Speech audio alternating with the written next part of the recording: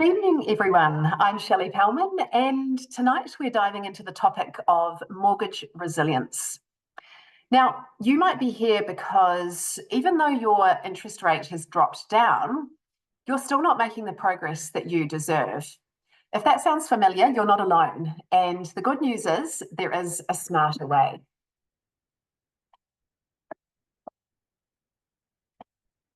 A little bit about me. I am a financial advisor. I am a money coach. I'm a property investor, and some call me a straight talker. If you want the brutal, honest truth, you need to come and see me. As an Enable Me coach, it's all about taking my clients from here to where they want to be and teaching them the tips and the tricks and actually walking with them on that journey to financial success. Just a wee disclaimer before we kick things off. Tonight's presentation is really just for general information purposes. I don't know you. I don't know your situation.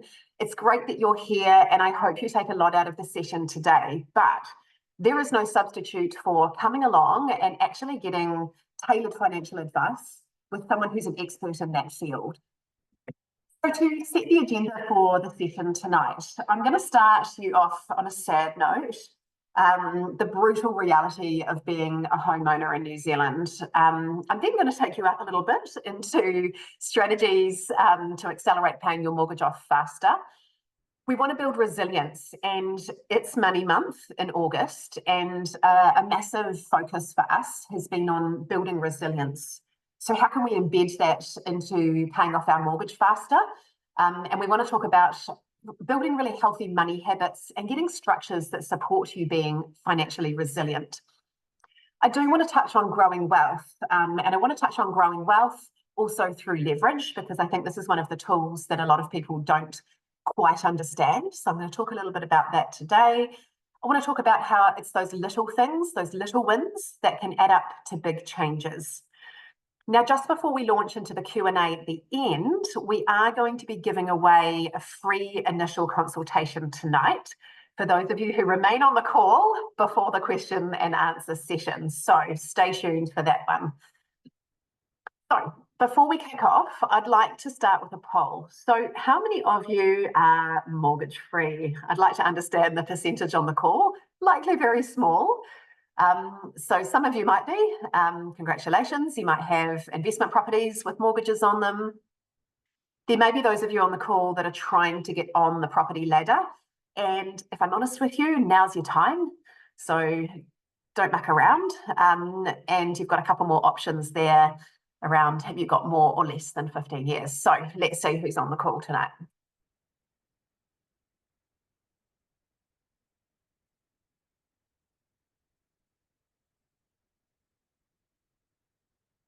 Wow, 10% of you mortgage free. Well done. Congratulations. There are 8%, so just about as many on the call who are trying to get on the property ladder. So now is your time. TikTok. Yeah, majority, as I expected, you're here to understand about mortgage resilience and mortgages. 46% of you, more than 15 years on your mortgage. Okay. All right, thanks for that. I'm just going to close that off. So, financial freedom, and what does that mean? For me and for my clients, actually, it's choice. And it might be the choice to be able to do that hobby that you enjoy. It could be the choice whether or not to retire slightly early. It might be the choice to be able to spend time at home if you have young children. So in my mind, financial freedom equals choice. And there's a power to that. Also, at the moment, we are living in volatile times. So having financial freedom really feeds into stability or feeling really resilient when times are volatile. And newsflash, times are volatile on a regular basis throughout your life. So this is not the only time that we're going to have tricky economic times. This is not the only time there's going to be a weird world leader with tariffs. You know, this will happen again. Everything goes in a cycle. So having financial freedom, being really resilient, allows you to weather those storms that will inevitably happen. For a lot of us, having financial freedom is actually, to be honest, peace of mind. It's that feeling of safety, that feeling that they and their family will be okay. So, really important. Now, this is the hard part. And a lot of these statistics are really sad. I often look through them and it makes me feel a bit disappointed in how things have gone, but that is another conversation. The brutal reality of those of you who are homeowners in this country is that 46% of our annual income before tax, but our before tax annual income is going towards our mortgage. Doesn't leave much room for anything else when you think about all of your other fixed costs. So it doesn't leave much room for fun. So 46% of our gross, that's before tax income, goes towards our mortgage. That's just a reality. So what are we going to do to be better and work around that? This is actually a scary stat. So nearly 60% of us who have mortgages are experiencing mortgage stress. And mortgage stress might not just be that you're missing repayments. It might be that you are worried about how I'm going to make that next repayment, or worried about the interest rates, or just generally feeling under stress and feeling like it is that millstone around your neck. So not surprising. This is actually very, very scary. Nearly 24,000 mortgages have actually fallen behind on payments recently. So that's not a good one. And that's probably to do with the high rate of unemployment at the moment. So people are starting to miss mortgage repayments. That's that flow-on effect that you see.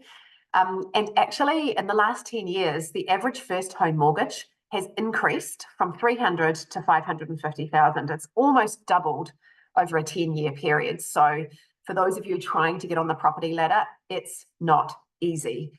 And then once you're on the property ladder, we've got the damn mortgage that puts you under stress. So what are we going to do about it? How are we going to hack the system that is kind of broken in this country? The starting point, beg your pardon, is building resilience. So what does financial resilience look like? The first cab off the rank, we've got to have an emergency fund. And it's actually scary how many people do not have this. There's been a couple of straw polls going around the traps. You know, how long would you last? Would you last 1 month, 2 months, a week? For a lot of people, they're living paycheck to paycheck, and that's no way to be financially resilient. So we've got to start building up that emergency fund and priority. And how much do you need in your emergency fund? I want you to work towards at least 3 months worth of your costs. So how much are you spending? Sit down, figure out what those costs are.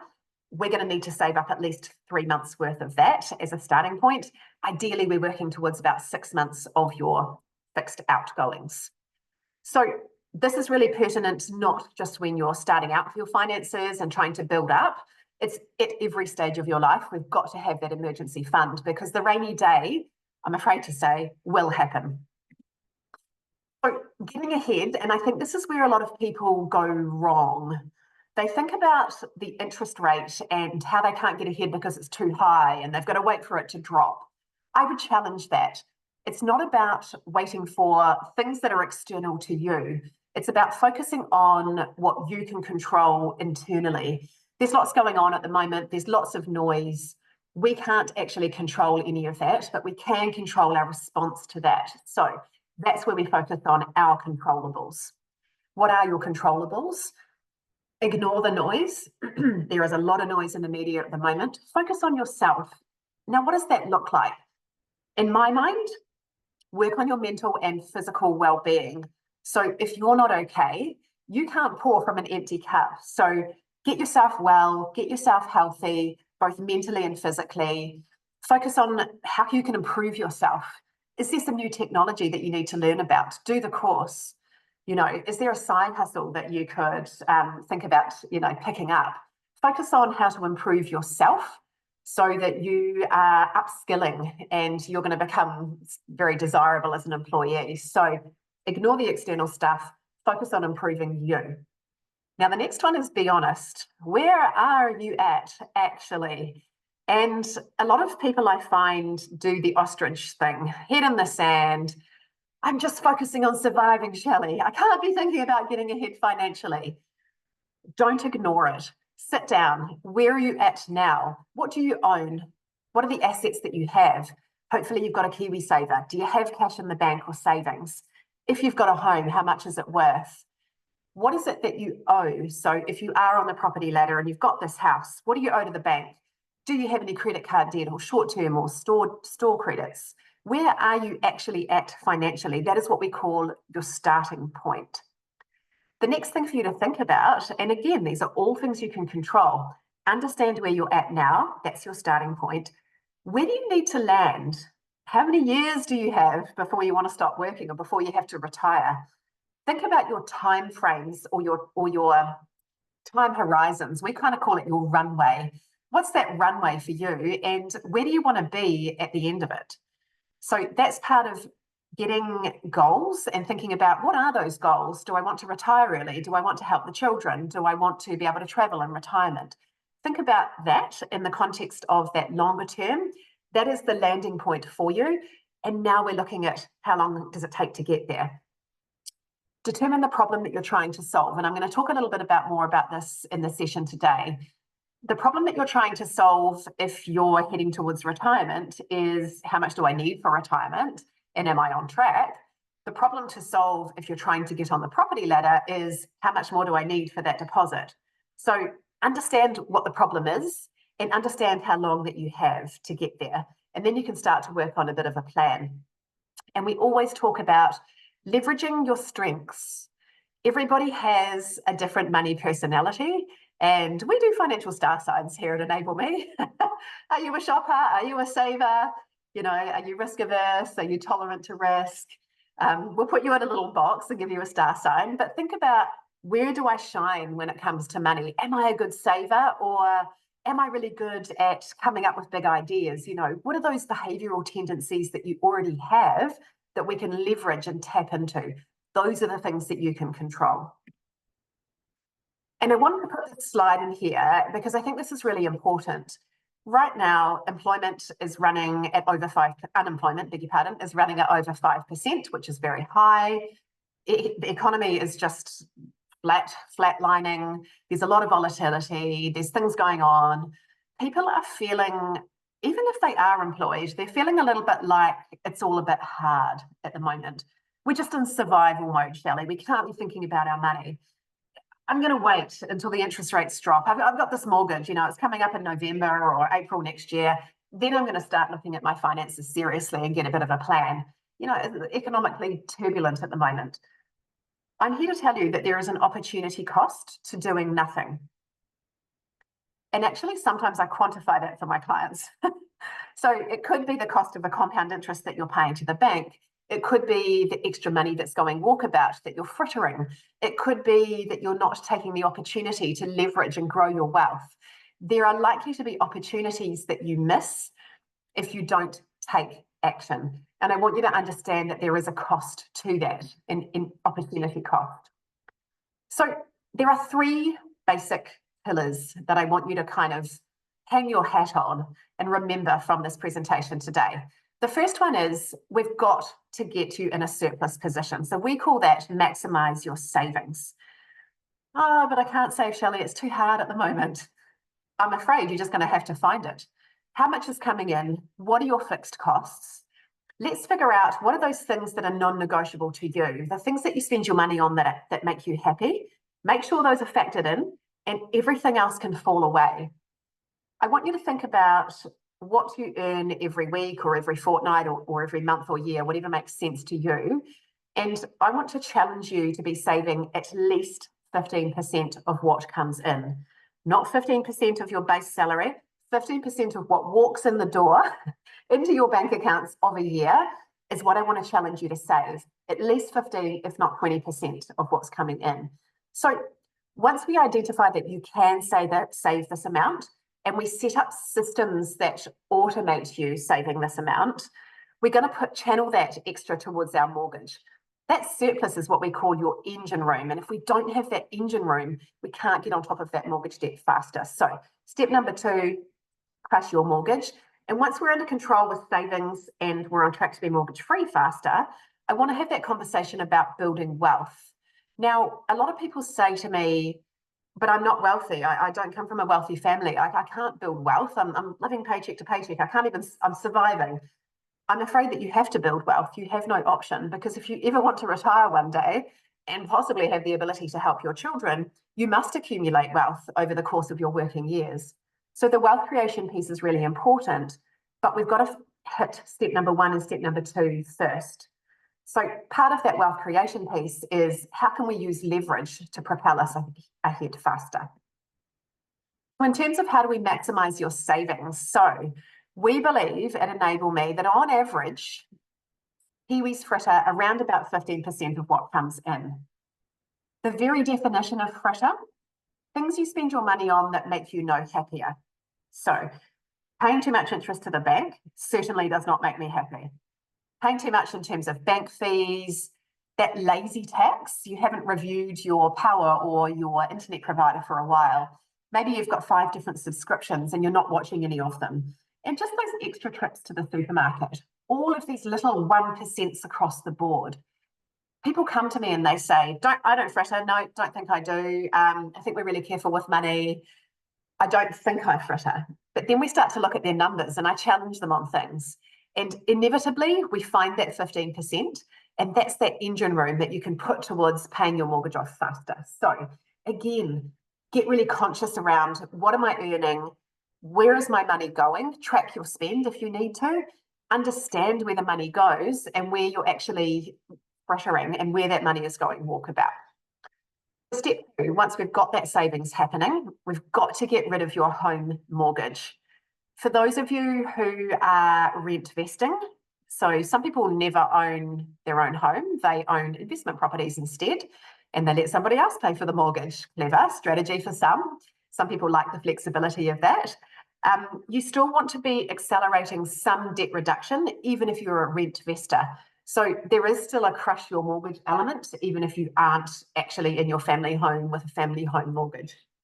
So again, it's not about playing the banks off and trying to negotiate the best interest rate. Of course, having a lower interest rate is good, but it's the extra principal that you throw at your mortgage that actually makes the biggest wins. And I'm going to show you some numbers around that in a second. So why would you pay your mortgage off faster? Isn't it just you pay it off as the bank wants you to? Absolutely not. Number 1, I want you to get mortgage free before retirement. Otherwise, where will you live? And also, you don't want mortgage payments as an ongoing cost in retirement. That's going to burn through that KiwiSaver really quickly. The faster you pay your mortgage off, the less compound interest you pay to the bank, which puts that money in your back pocket and gives you the opportunity to invest that money for the future. Third reason, we want to build equity in your home. And for those of you who don't know what I mean when I say equity, if you have a home, there is a value to that home. The difference between the value of your home and the value of your mortgage is what we call equity. When you pay your mortgage down faster, you reduce the value of your mortgage, and over time, the value of your home is likely to increase. So that's increasing the equity that you have in your home. So the quicker that you do that, you can actually borrow against that equity to buy another appreciating asset. And for a lot of Kiwis, they do that via an investment property. And that's what we call leverage. So leverage just simply means borrowing. So we're borrowing from our house and we're going to buy something else that is going to go up in value for us for the future. The fourth reason we want to pay our mortgage off faster is just to build resilience. And now more than ever, we've got to feel really financially secure. So the lower your mortgage is, the lower your expenses are. So let's get that mortgage paid off faster for a multitude of different reasons.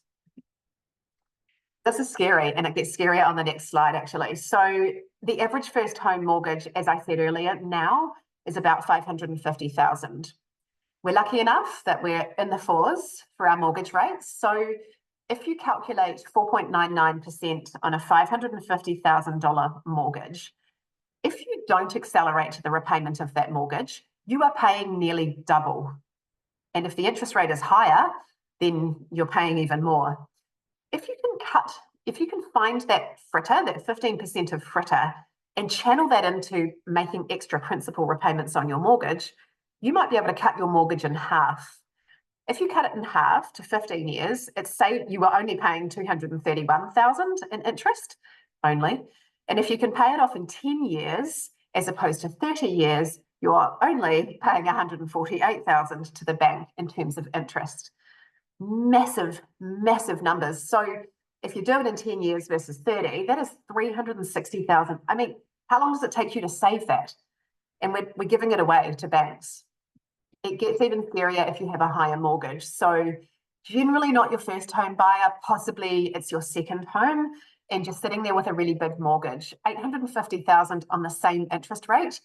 It's over $500,000 of potential savings if you can clear it in 10 years as opposed to 30. So we're talking huge numbers here. And I don't think people appreciate these big numbers. They just think, I'll deal with it later. When I spoke before about inaction and that opportunity cost, here's the quantifying of the opportunity cost. If you don't pay your mortgage off faster, this is what you are paying to the bank, hundreds of thousands of dollars more. So quite significant.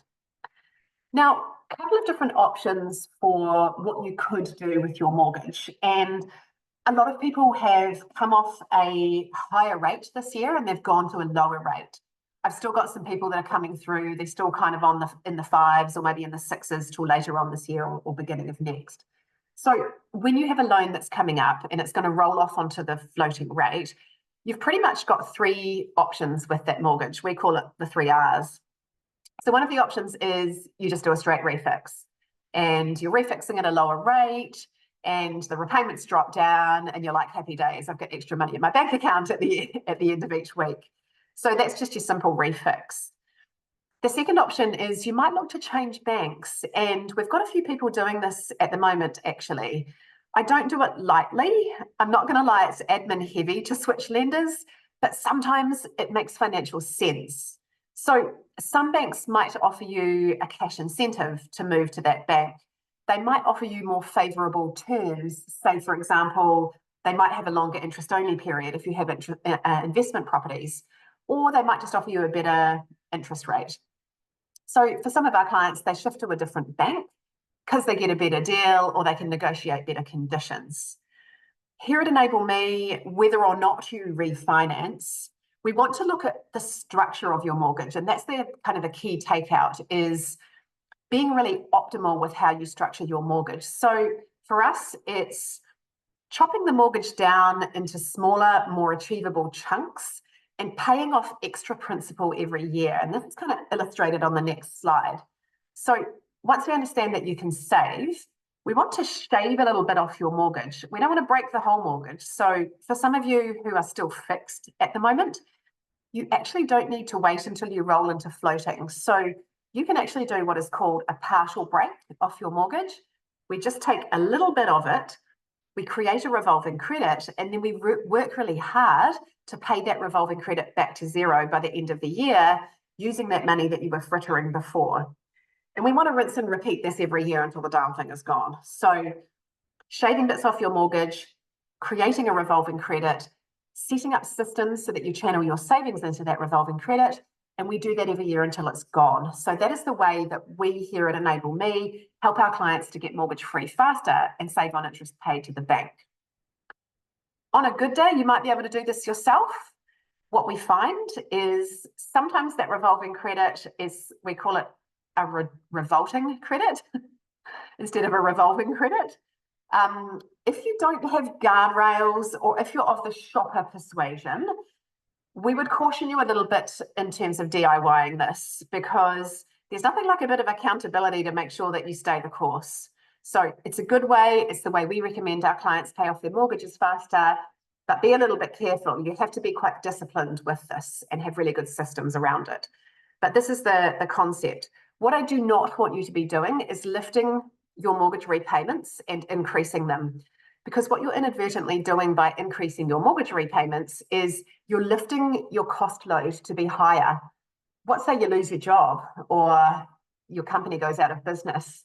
All of a sudden, we've got really high fixed costs and you're in the hardship team at the bank pleading on your knees for them to go interest only on your mortgage. So I don't recommend increasing your mortgage repayments. We chop it into savings targets and make extra principal repayments every year. The beauty of having a revolving credit is once you've paid it back to zero at the end of year one, you've then built your emergency buffer, which makes you more financially resilient. So it's paying off your mortgage and building resilience at the same time. So once we are saving really well, not frittering, we are crushing our home mortgage, and we know when we're going to be mortgage free, the next step is to grow your wealth. So you can grow wealth before you become mortgage free. And I think this is another common kind of myth is, well, I can't do any form of investment until I've paid my mortgage off. Actually, with leverage, you can do that before you become mortgage free. And I'm sorry to say that if your retirement gap is bigger than 300,000, you're going to have to leverage. So I'm going to explain a little bit more about leverage in a second, but I wanted to ask you guys on the call, do you know how much you need for retirement? Has anyone actually sat down and crunched the numbers and figured it out? To give you a bit of a steer, if you know how much is coming in every year and you know how much you're saving every year, and when I say savings, I mean savings for the future, not savings that then get spent on a holiday or fixing the car. I mean future savings. The difference between the two is what we call your annual cost load. So you can figure it out yourself. That annual cost load, take out the mortgage repayments, because let's assume you're all amazing and you're going to get mortgage free well before retirement. That number there, times that by 25. That is your retirement number. Of course, there's going to be the government super, we hope, but there are also other things we need to add into the mix, like car replacements. Are we helping out the kids? But if you times your annual cost load by 25, and we can kind of roughly figure that one out, that is the likely amount that you're going to need to save. Now, when we talk about paying your mortgage off faster and how that feeds into being okay or not in retirement, this graph is a really good way of illustrating that. So if we can accelerate you getting mortgage free faster, and we get you mortgage free at age 55 rather than the awful alternative of age 65, we improve your baseline. We give you time to save. But what you can see on this graph here is the green line being your extra savings or your extra investing or wealth creation. The little green uptick at the end, that's your KiwiSaver coming in. But what we want to be doing is understanding how long that money is going to last. So once we've understood that we're getting mortgage free faster, we're accelerating that, we're growing our wealth, we've bought ourselves time to grow our wealth, we then want to have a really, really tight wealth plan in retirement, because we want to get that money working as hard as we possibly can to take you right out to age 90. So really key, we understand how much wealth we need to accumulate and what returns we need on that wealth to take us living a happy life all the way out to age 90. If you live beyond that, go you. So why property? We know that it outperforms other asset classes because of leverage. And I'm going to explain this in a second on the next slide, I think. Property actually is less volatile than other asset or investment classes. And we often go back historically when we try and figure out what might happen moving forward. So when you look at the graph, and we've got these beautiful graphs that we can look back on, and we go right back to the early 1900s, you watch the share market and it does this, up and down. It's doing the heart rate monitor thing. And then you look at how property performs over time. And property is much smoother. So it kind of does this. It goes up and then it plateaus, and then it goes up and then it plateaus. But it's actually very smooth when you compare it to the volatility of the share market. What we do know to be true, everything goes up over time. So no matter the asset class on the graph that we look at from the early 1900s, everything trends up in the right direction. Different rates of return, different rates of volatility, but everything goes up over time, including inflation. So property is less volatile than other asset classes. And for some of our clients, they like property because it adds a bit of bricks and mortar into their investment portfolio. If you think about it, and I hope all of you are with KiwiSaver, we've got our KiwiSaver. Some of our clients, they have an investment property or two or more, and they have some other forms of investment as well. So it's just part of building a diversified portfolio that's going to weather the different storms, no matter what's happening across those different asset classes. So this is a really powerful illustration of leverage. So say you were lucky enough to have 160,000 to invest. I know, this is just an example. you could take that 160,000 and you could pop it into a managed fund. Really good option. It's going to, after fees and tax, likely give you around about a 6% return on a growth fund. But there are different growth funds. There's, of course, a range of different funds, and you will have a different risk profile. But for the illustration of this, I'm going to compare apples with apples and say, after fees and tax, we are getting 6% return on the managed fund. That would give you a return of 9,600 per annum. Amazing. That is money that you didn't have to save. But option number two, you take that 160,000, you use that as a deposit on an $800,000 investment property.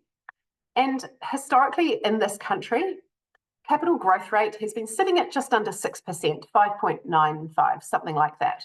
We don't know what's going to happen moving forward with capital growth. We don't know what's going to happen moving forward with the rates you might get in a managed fund. But historically, over the last 30 years, it's been about 6%. 6% of 800,000 is a return on average per year of $48,000. So you can see the difference between the returns. I know at the moment with property, it's doing this, it's doing that flat line piece, but over time, on average, this is the rate of return you could expect. So it clearly outperforms the managed fund in this example. Now, I like to tell a story, and Jim and Kathy, obviously not their names. I've had the personal pleasure of working with these two over the last 5 years. So they came to see me, 51 and 55. They like the finer things in life. They were on track to have a retirement gap, quite significant, 550,000.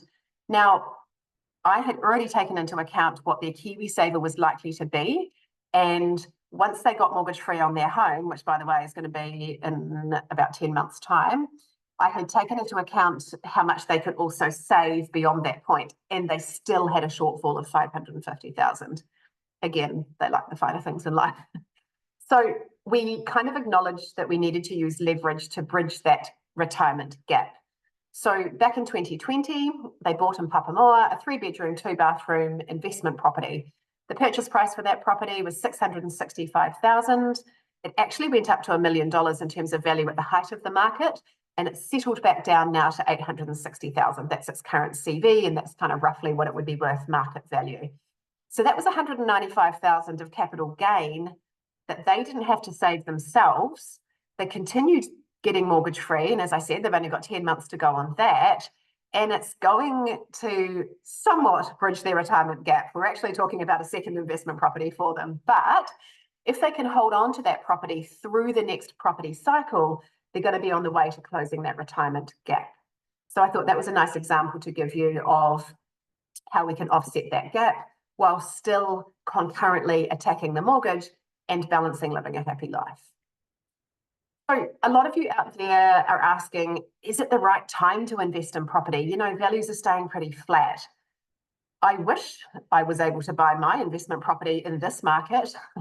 I bought mine at the height of the market, and I can tell you there were very few properties available. Right now, there are some amazing properties out there on the market.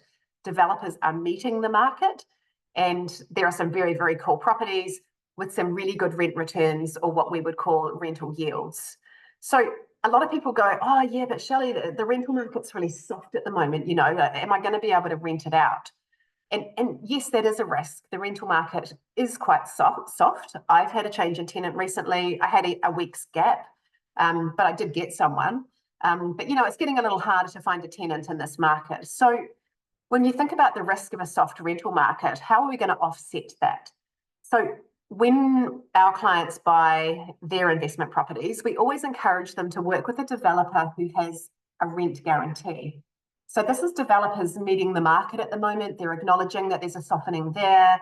So they come to the party if you couldn't find a tenant or you couldn't quite get the rent that you wanted. So the second risk is around that reduced rental price, the risk that you have to actually drop your rent.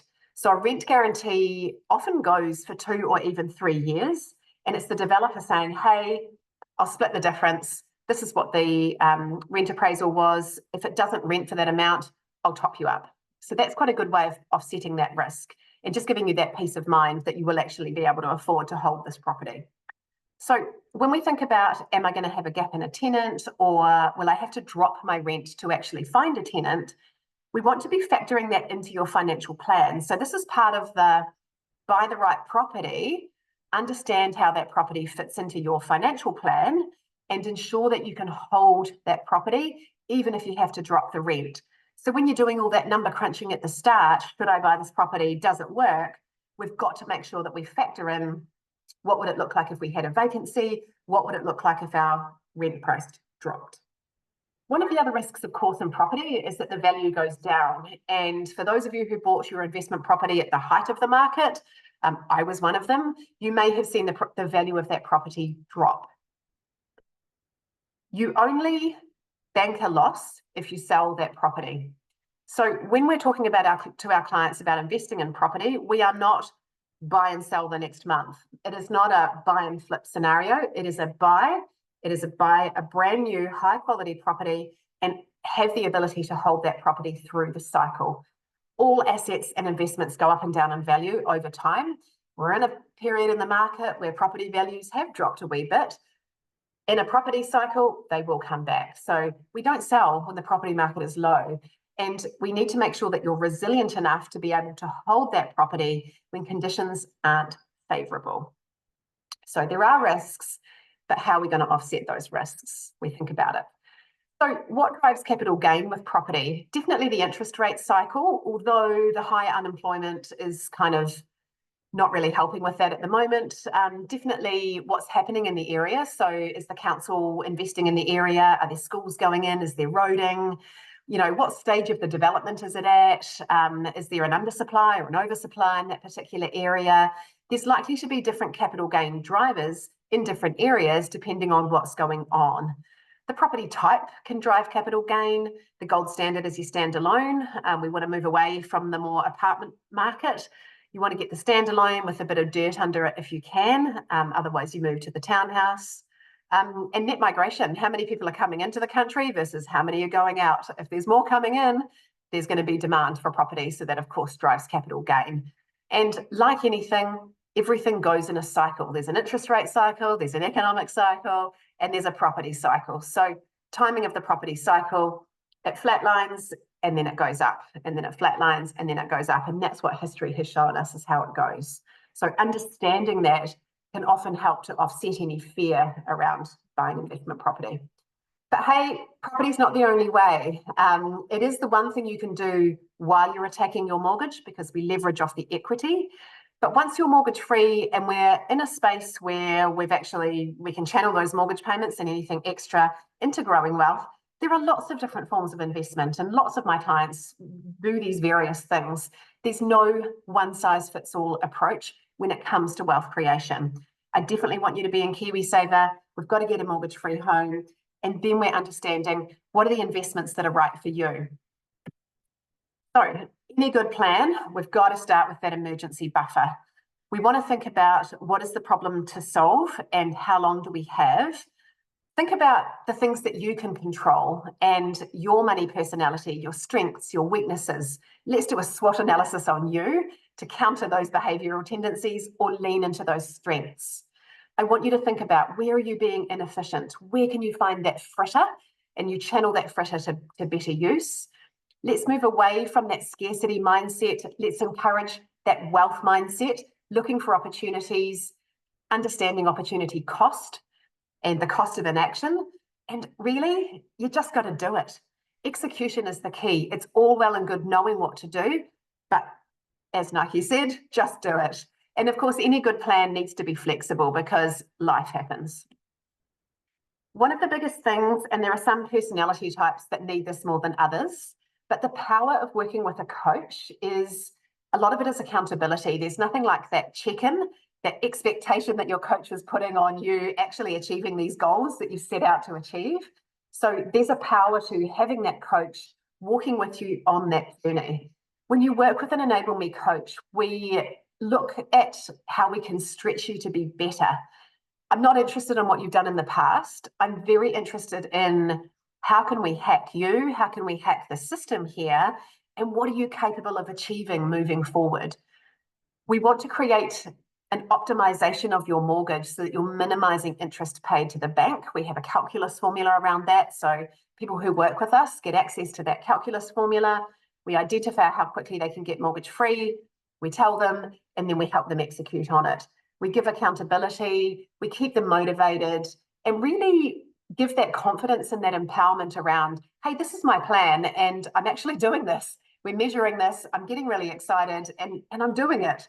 And I think that ongoing support is key. Having that person in your corner to cheer along when you're doing well and to pick you up when times are hard.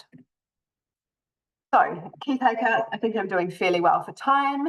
Lower interest rates are great. You can negotiate a better interest rate with the bank. They might give you 0.001% off, but that's not the point. It's the pace you pay your mortgage off, the extra principal. Key takeaway number 2, understand how you behave around money and how that feeds whether you're likely to get ahead or not. Pace is where the real gains are to be made in terms of stopping that compound interest. Doing nothing is riskier than taking action. There is a cost to doing nothing, and never lock and leave any financial plan. Any financial plan needs to be able to flex to life. We've got to be able to understand that a rainy day will happen. We've got to anticipate that. We flex, we reset, lick our wounds, and we go again. Don't lock and leave your financial plan. And like I said before, execution is key. Knowledge is great, but you've got to do the doing. So this is our massive team of coaches. There is such a breadth of experience across our coaches. We are spread all across the country. People have expertise in different areas, different personality types, but all of us are awesome and we're all here to help you get ahead financially. So I would love for you to come along and see one of the team. I want to extend an offer, and we're going to do the draw right now, I think, Jess. I'm going to get producer Jess to come online and do the draw live for that free consultation. But if you don't win the free consultation, I'd like to encourage you to come along and see us. These consultations are normally valued at $400. They run for 90 minutes. We're looking at your situation at the moment, diagnosing your starting point. We're helping you to understand where you need to land and getting that high-level financial plan in place. So they're a great session. We're offering a discount on this for you guys because you've been on here tonight, $149 if you book the consultation tonight. If you don't make the booking tonight, it will still be discounted down for you. It just goes to $249. So Jess, would you like to come on and do the live draw for that lucky person? Thank you, Shelley. Great presentation as always. Yeah. So, yes, lucky draw. I've given everybody a number and then just generated it at random. So, the lucky winner of the complimentary FC is Joy Leslie. Congratulations, Joy. We will be in touch with you tomorrow. Awesome. Look forward to meeting you. Okay, so we do have time for some questions and answers. So I'll pop it back onto the QR screen. So if you do want to make that booking, you can do that. But yeah, Jess, do you want to fire some questions at me? Great. No, yes, absolutely. So first question, any tips for how to stay motivated when there is little money left for fun after the bills? Yeah, and this is a bit of a common refrain at the moment. Yeah, if you are feeling like there's not much left over and you've been really honest with whether or not you're frittering, I would say to that, any progress is good progress. So there's a sense of, even if it's $10 after a pay, popping that into an account. If you can save $10 a week, and then you go and look at your budget and you go, actually, do you know what? I don't need Amazon as well as Netflix or Neo. And you cancel that. You can then add that to that $10 and it becomes 15. And we go from there. You might get a wee pay rise. So take those little wins, get the systems up and running, no matter how little. And there's that sense of, even if it's $10 a week, that's $520 by the end of the year. That's $500 that you saved that you didn't have before. So that's part of that resilience building. And any quick wins that you do get, or little wins along the way, you add it in. But get the systems up and running, because it's actually the systems and the healthy money habits that is the thing that gets you ahead. So tailwinds will come. It's not always going to be hard. But if you've got those beautiful systems set up, no matter how small in terms of your savings, when the tailwinds come, you can add that in to accelerate you forward faster. Thanks so much, Shelley. We've got a couple coming through live, so let's try and tackle them. Yeah, let's bring So, it. first one, is it easier to meet criteria for lending for a mortgage now because the market is flat? It's easier now, but not because the market is flat. It's easier because the bank servicing test rates have dropped. So a couple of years ago, when interest rates were really, really high, banks always test at a couple of percent above what the interest rates are to make sure that you can always afford it. So when it was really, really hard to get lending, the test rates were over 9%. So, when you're trying to take on $500,000 of debt and they put it at 9%, you can borrow less.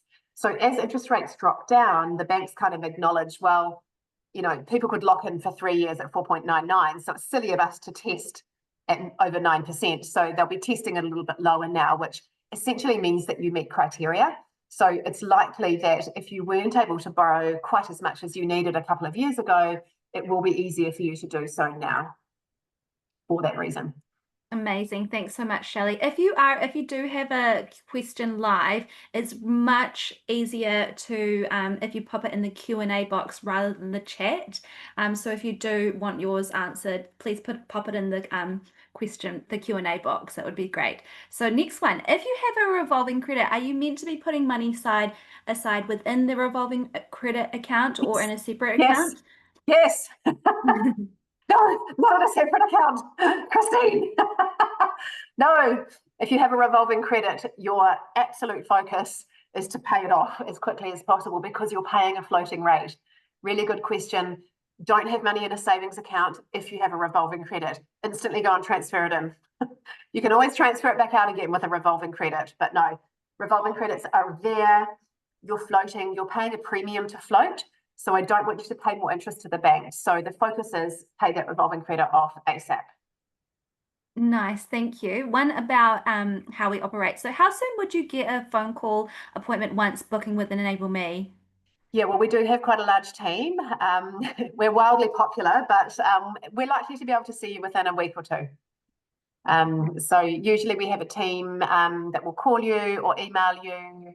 You can actually book, you have access to diaries via our website. Is that right, Jess? I'm not sure. I think I'm not I too think, sure about I that think part you of book it, a but slot. someone Yeah, will but be you in will get touch a with you phone much call. soon. Yeah, yeah.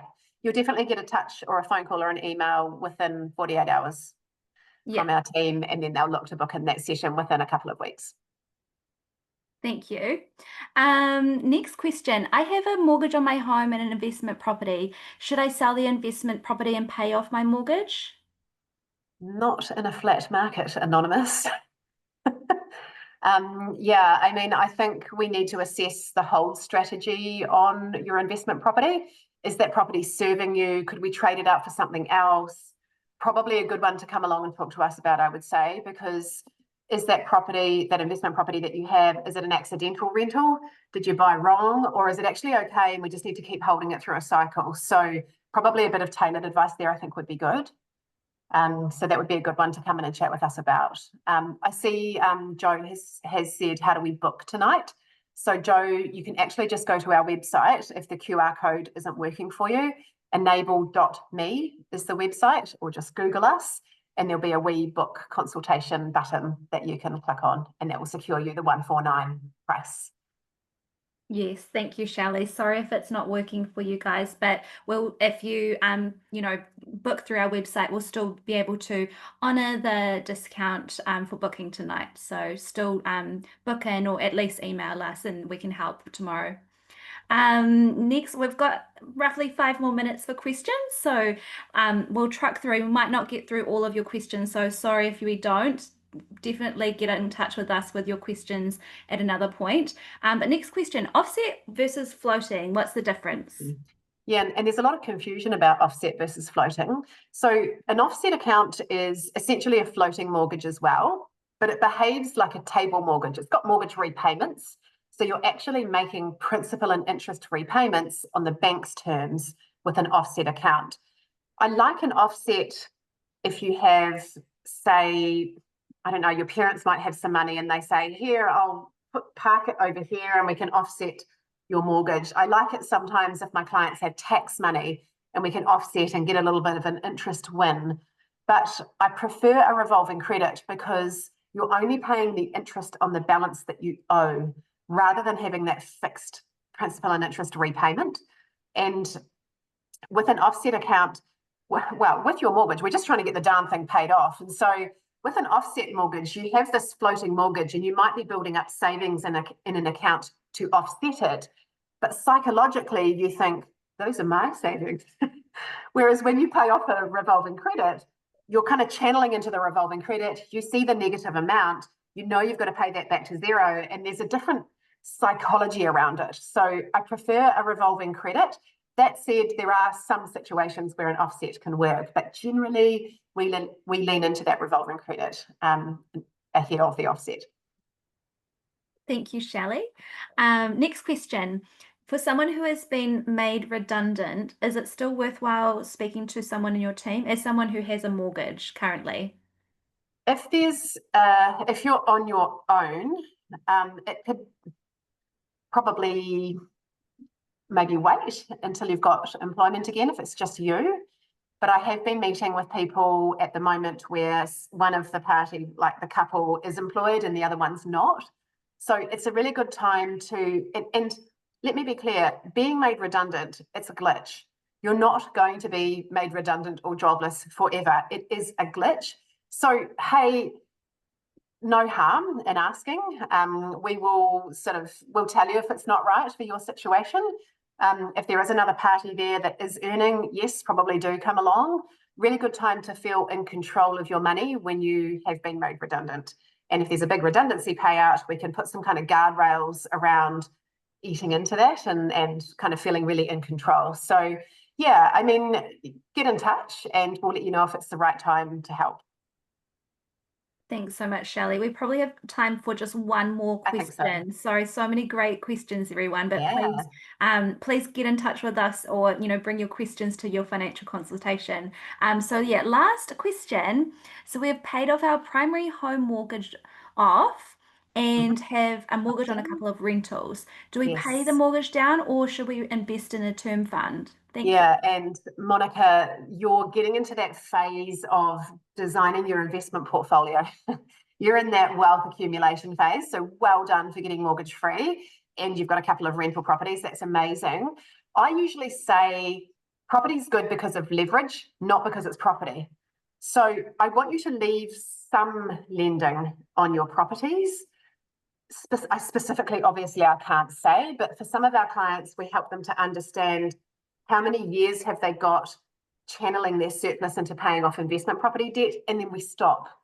So there'll be a tailored sort of investment plan for you around how much debt do I reduce on the investment properties, and then where do I invest? And so there'll be some other options around investment in addition to that, but I would say don't completely pay off your investment property debt. Otherwise, we're losing that beautiful concept of leverage. So that's a really good one. You're in that wealth accumulation phase, and actually it would be a really good time for you to come and talk about retirement planning and that wealth plan with us.